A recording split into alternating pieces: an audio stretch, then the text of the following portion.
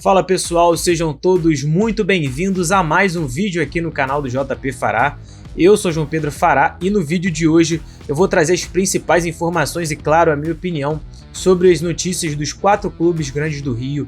Tem notícia da volta do Andrei para o Vasco, praticamente sacramentada no momento que eu gravo esse vídeo, retorno do ídolo Marcelo ao Fluminense, vitória do Flamengo no clássico contra o Botafogo e também as emoções à flor da pele pelo lado do Glorioso. Então depois da vinhetinha, a gente vai com tudo.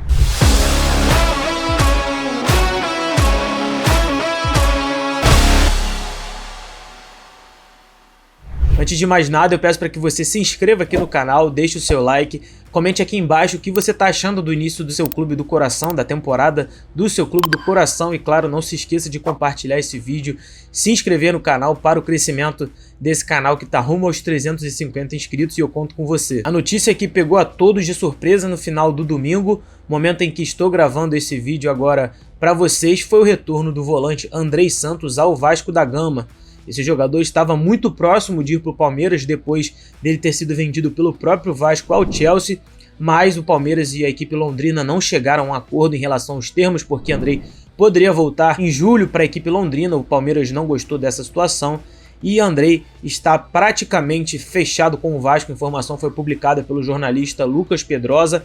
É uma notícia que agrada bastante aos torcedores do Vasco, porque ele foi o principal jogador no retorno do Vasco à primeira divisão, quando o Vasco sofreu muito naquele ano de 2022, no ano passado, e Andrei Santos conseguiu, apesar da pouca idade, levar o clube de volta à primeira divisão. Na minha opinião, um jogador que é muito interessante porque é capitão da seleção de base, um jogador que acabou de vencer o Sul-Americano de Seleções Sub-20, mas ao mesmo tempo esse curto período me causa uma certa preocupação, até porque o Maurício Barbieri conseguiu encaixar um esquema de jogo do Vasco em que o meio precisa ser muito dinâmico, muito rápido, e o André é um jogador que naturalmente carrega a bola. É inegável a capacidade técnica dele com a bola nos pés, ele gosta muito de jogar, né? Ele gosta de fazer aquele papel de arrastar muito o campo, coisa que esse time do Maurício Barbieri não tem tanto, porque é um time que toca muito rápido a bola para acelerar no terço final do campo. E hoje quem faz esse papel de primeiro volante, que eu acho que o Andrei vai acabar fazendo, é o Rodrigo, jogador muito novo, ainda tem muito a dizer o que ele tem que fazer pelo Vasco, mas Andrei Santos tem uma característica diferente.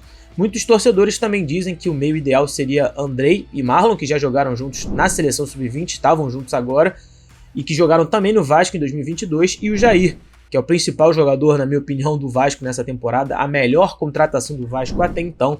Seria um meio-campo muito técnico, muito habilidoso, mas que deixa um pouquinho uma pulga atrás da orelha aqui, na minha opinião, porque são jogadores que não marcam. Até vou gravar um vídeo mais pra frente falando sobre esse esquema de jogo de Maurício Barbieri com a chegada de Andrei Santos.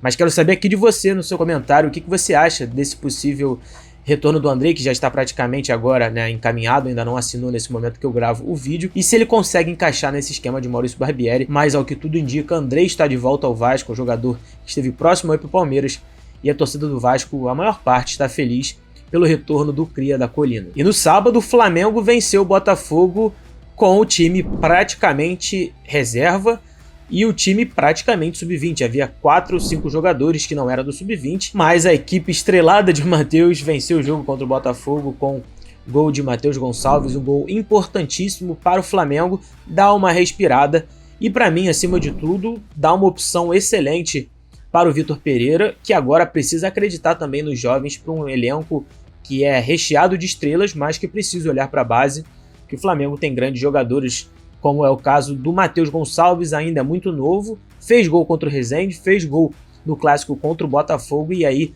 dá opções ao Vitor Pereira. O que eu quero dizer nesse vídeo é o seguinte, vou ser curto em relação ao Flamengo. É um momento de turbulência, o Flamengo enfrenta o Independiente Del Valle amanhã, terça-feira, para tentar reverter essa situação, mas é preciso olhar para a base. Um elenco que vence tudo também precisa querer se manter no topo.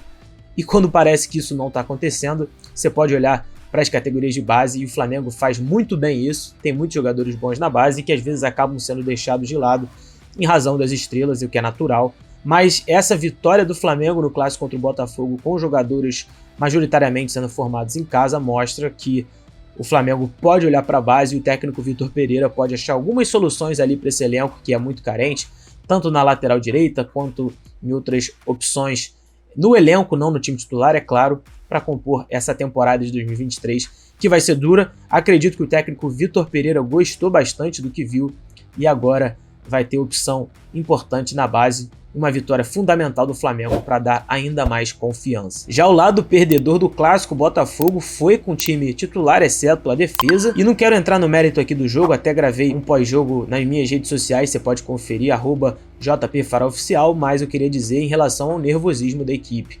Jogadores experientes do Botafogo sendo expulsos de maneiras infantis.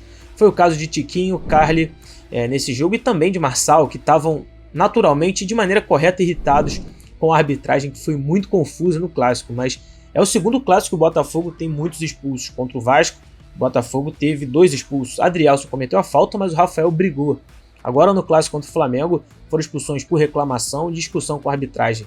Se os principais jogadores do Botafogo não tiverem cabeça no lugar, e o que está parecendo que não está acontecendo no elenco do Botafogo, e eu realmente queria entender esse motivo, isso vai ficar muito complicado para a temporada de 2023. Dentro de campo, isso está mostrando que está afetando o desempenho do time, que não consegue reverter quando sai atrás do placar, não consegue reverter as imprevisibilidades que acontecem no futebol, e um técnico experiente como Luiz Castro precisa sentar e conversar com esses jogadores do Botafogo, que não estão entendendo a importância deles como jogadores experientes para esse elenco. Então é um momento de preocupação por parte da torcida, é natural, e quero saber aqui de você se você realmente está preocupado com essa situação, esse nervosismo de um Botafogo que para mim precisa de muitos reforços para a temporada de 2023. É o mesmo elenco do ano passado, com algumas lesões, mas mostrou seu elenco carente. Agora essa questão do nervosismo e das expulsões desnecessárias chamam muito a atenção. Deixa aqui nos comentários o que você acha desse início de temporada do Botafogo. E fechando o vídeo, e não menos importante, na verdade, muito importante, a notícia que mexeu com o fim da semana de todo mundo, a semana que passou agora, foi o retorno do ídolo Marcelo, um dos principais jogadores da história da posição lateral esquerda. Não quero ser exagerado, mas é verdade, e um dos principais jogadores da história do Real Madrid está de volta ao Fluminense. Foi uma negociação muito rápida desde que ele saiu do Olympiacos. Em live que eu fiz na semana passada, eu até comentei que havia possibilidade dele retornar tanto para o Fluminense, onde ele foi criado e agora está de volta, quanto para o Botafogo, time do coração do Marcelo, mas ele escolheu retornar para as Laranjeiras, notícia que mexeu muito com as redes sociais, e agora ele está de volta para o Tricolor. É um momento em que o Fluminense está visando a conquista da Copa Libertadores da América.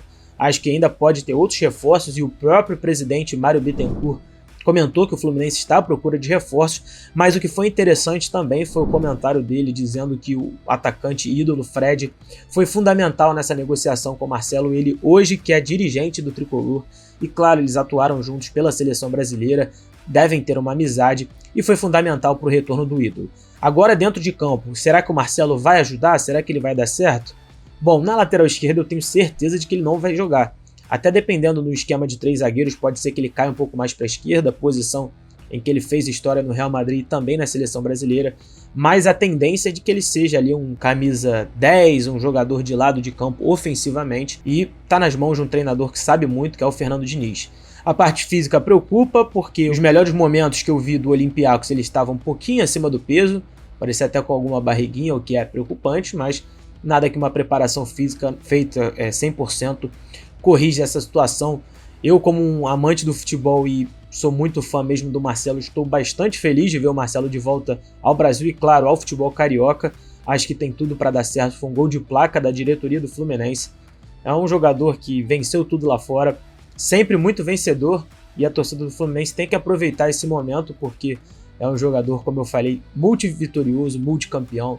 E eu quero saber de você se você acha que o Marcelo vem para ajudar apenas na questão do marketing, ou se ele ainda pode agregar com os seus 35 anos e a sua vasta carreira com títulos aqui no Fluminense. Deixa aqui nos comentários. E não se esqueçam novamente de se inscreverem aqui no canal. É fundamental para o crescimento do canal do JP Farol Oficial aqui. Vocês podem se inscrever, compartilhar esse vídeo para quem ainda não conhece o canal, deixar o like, comentar aqui embaixo. E até o próximo vídeo.